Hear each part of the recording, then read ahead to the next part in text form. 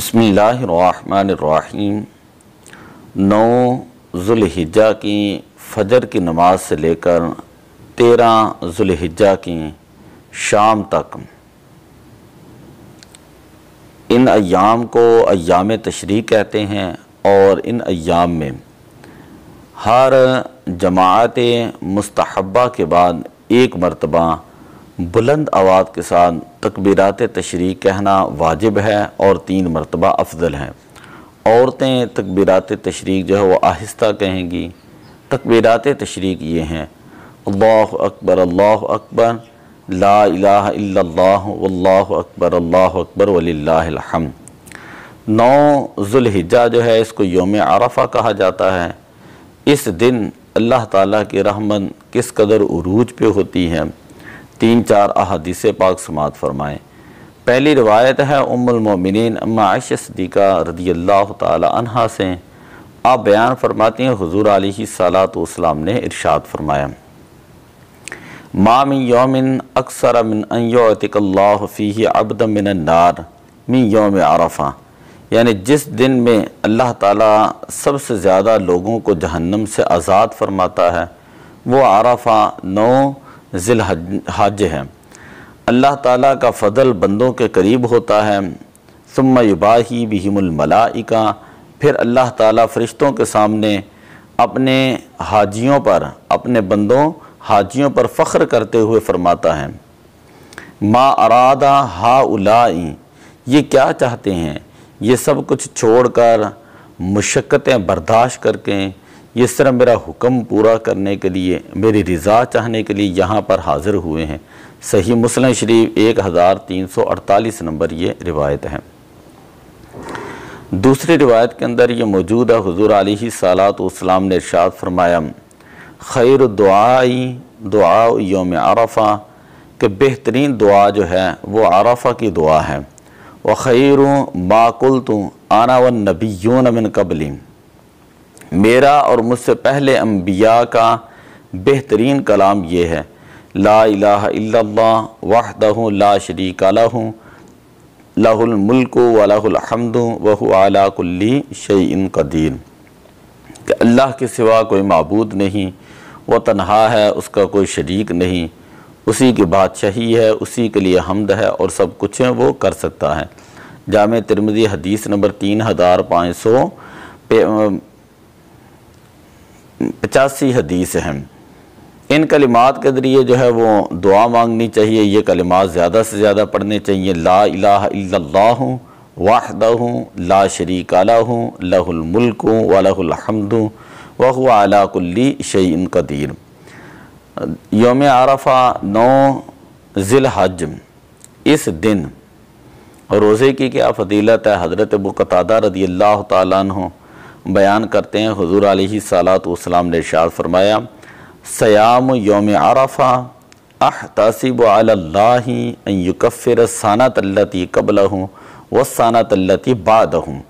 गुज़श्ता यानी मुझे अल्लाह ताला से उम्मीद है यौम अरफा 9 ज़िलहज का रोज़ा गुज़श्ता और आइंदा साल के सगीरा गुनाहों को मिटा देगा। गुज़श्ता साल के सगीरा गुनाह माफ़ हो जाएंगे, सगीरा गुनाह ना हुए तो कबीरा में तख़फ़ीफ़ कर दी जाएगी और आइंदा साल अल्लाह ताला गुनाहों से महफूज रखेगा।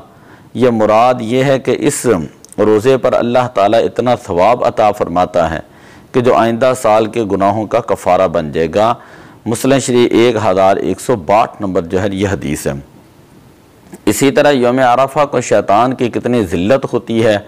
हज़रत सैयदना अबू तलहा, हज़रत सैयदना तलहा रज़ियल्लाहु ताला अन्हु ने बयान फरमाया तक फरमाते हैं कि हुज़ूर अलैहिस्सलातु वस्सलाम ने इरशाद फरमाया, और यह हज़रत तलहा हुज़ूर अलैहिस्सलाम से मुरसलन रिवायत करते हैं, मा रुई शैतानु यौमन हुआ फ़ीही असग़रु वला अदहरु वला अहक़रु वला अग़यज़ु मिन्हु फ़ी यौम अरफा।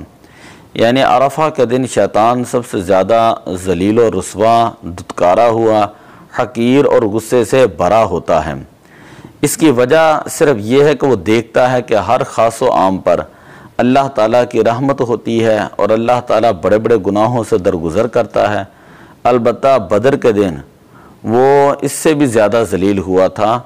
बमा ज़ालिका इल्ला लिमा रआ मिन तनज़्ज़ुलिर रहमति व तजावुज़िल्लाहि अनिज़्ज़ुनूबिल इज़ामी इल्ला मा रुइया यौम बद्रिन। ये मौत इमाम मालिक की रिवायत है, हदीस नंबर 245 के अंदर है।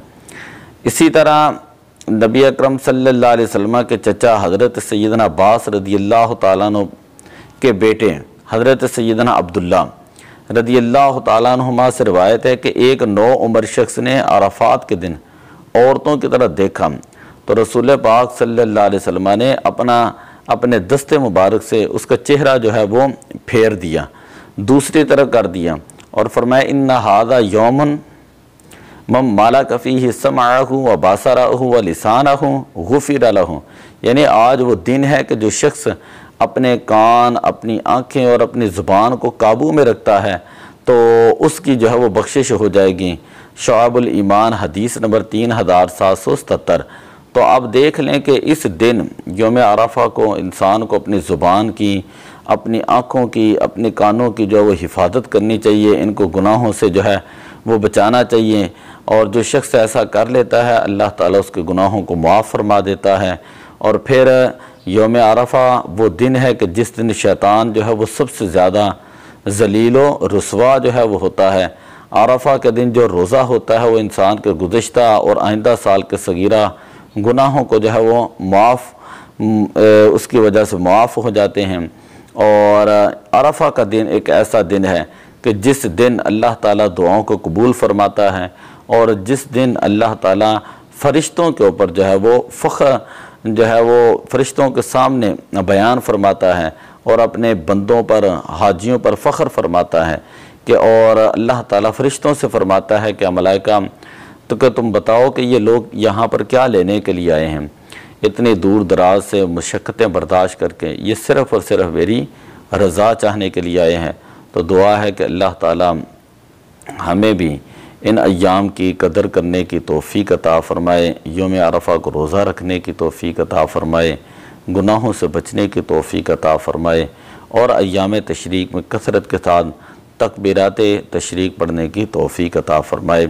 अस्सलातु वस्सलामु अलैका या रसूल अल्लाह व अला आलिका व अस्हाबिका या हबीब।